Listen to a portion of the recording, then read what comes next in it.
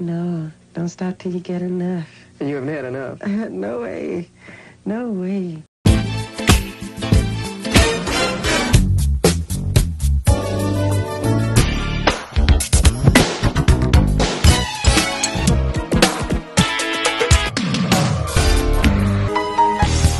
What's good, YouTube? This your boy Nick, and I'm back with another video, as you can see. And before we get started, if this is your first time on my channel, please don't fuck.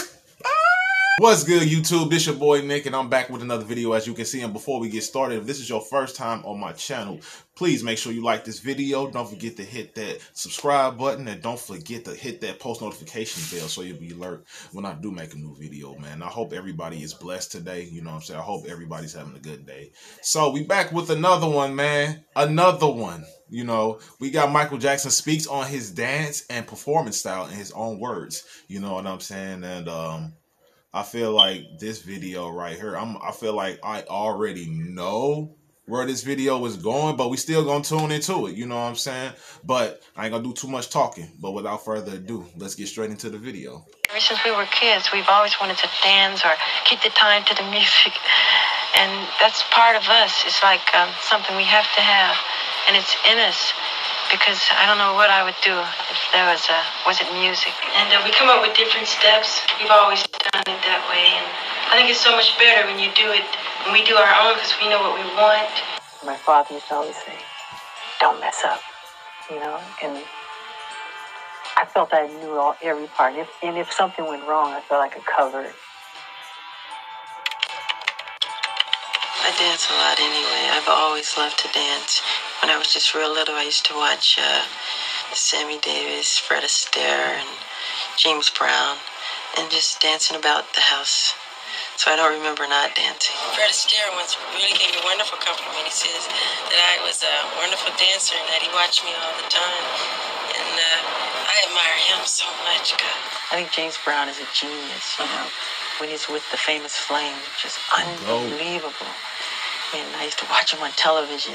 And I used to get angry at the cameraman because whenever he would really start to dance, they would be on a close-up and I couldn't see his feet. So I would throw things, I'd be angry. I said, show him, so I could watch and learn.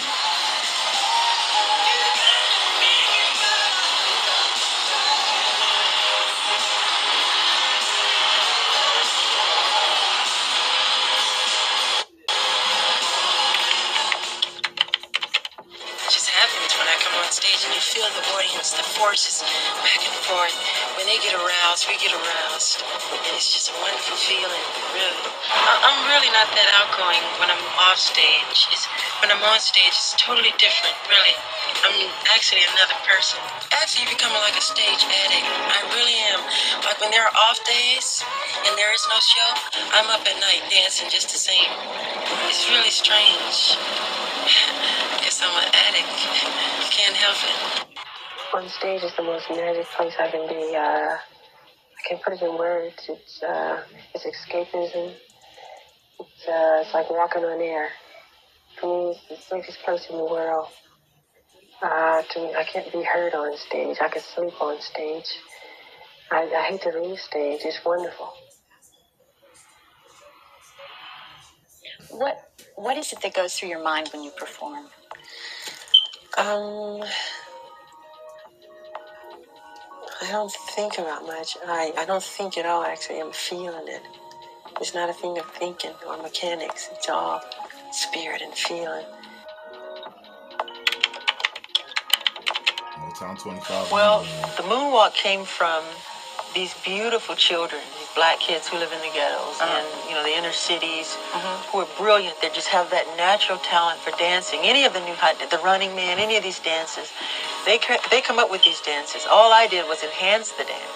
I wanted to do the 5 spins and go on the toes and freeze there and just hold it and stay there, you know, and I didn't, but they didn't know it.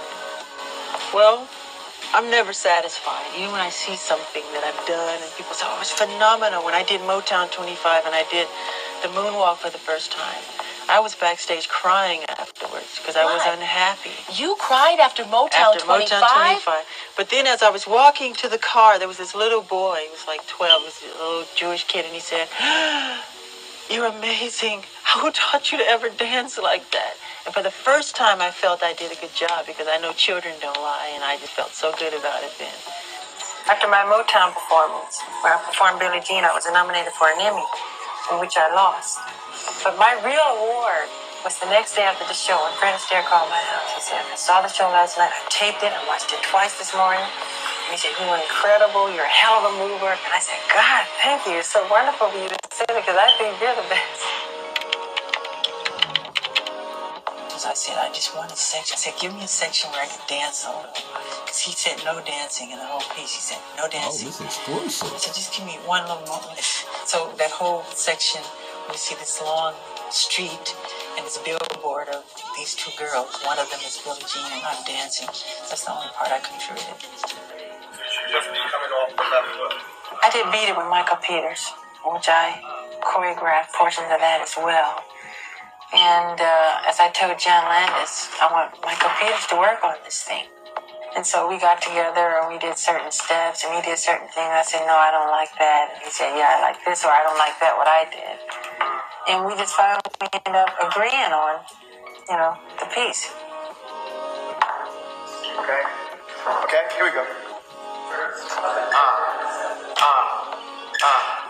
Bang, bang, bang, bang. Shoulder, and bop, and hit, and bop, and bada, chin, bada, boom, bada, boom, bada, whack. Early picture bang on me. I remember my original approach was, how do you make zombies and monsters dance without it being comical? So I said, we have to do just the right kind of movement so it doesn't become something that you laugh at, but it just has to be, you know, take it to another level. So I kind of imagine how these zombies should move by making faces in the mirror. And I used to come to rehearsal sometime with monster makeup on, and I love doing that. So he and I collaborated, and we both choreographed the piece. And I thought I should start, you know, like that kind of thing, go into this kind of jazzy step, you know.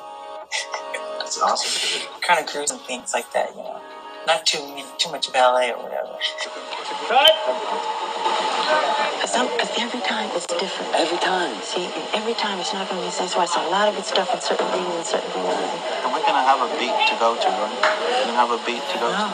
So this is where you want the band, like the real musician. No, we're gonna lay with this. Definitely We're gonna lay with top this. five And then at the Michael top, Jackson. maybe a high string or something, just to ride the emotion of it. Then you come into Top three. This at least in the top three. just a horn or something, you know, to ride the feeling of it. Because I want the music to represent the way we feel. You know, it's gotta dictate our emotion. Right.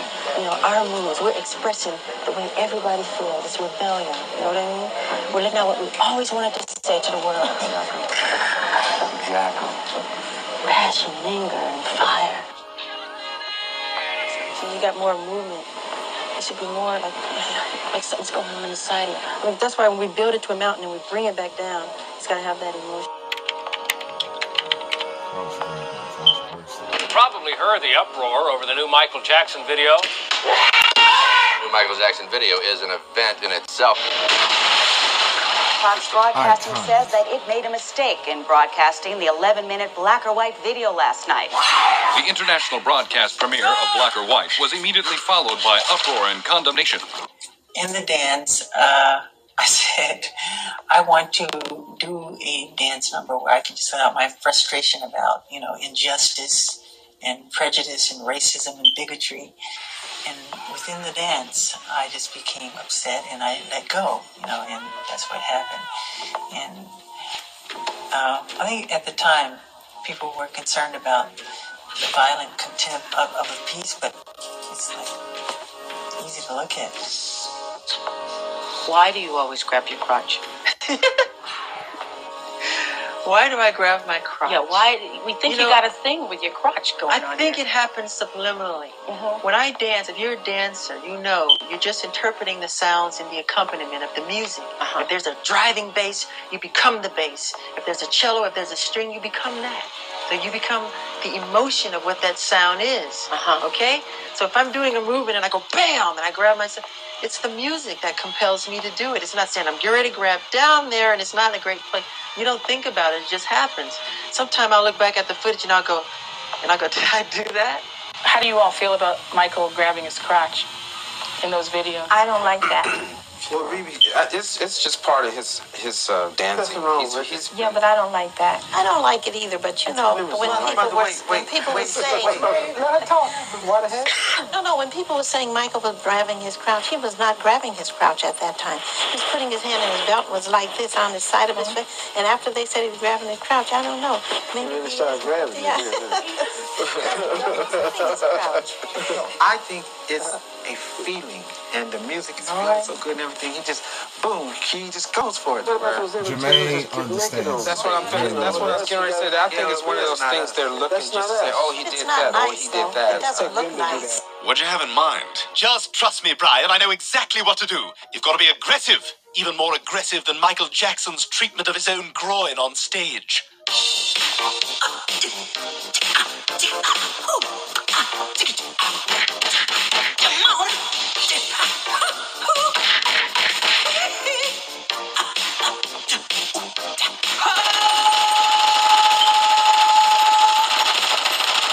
Thank you. I did not expect the video to end like that. Oh, wow.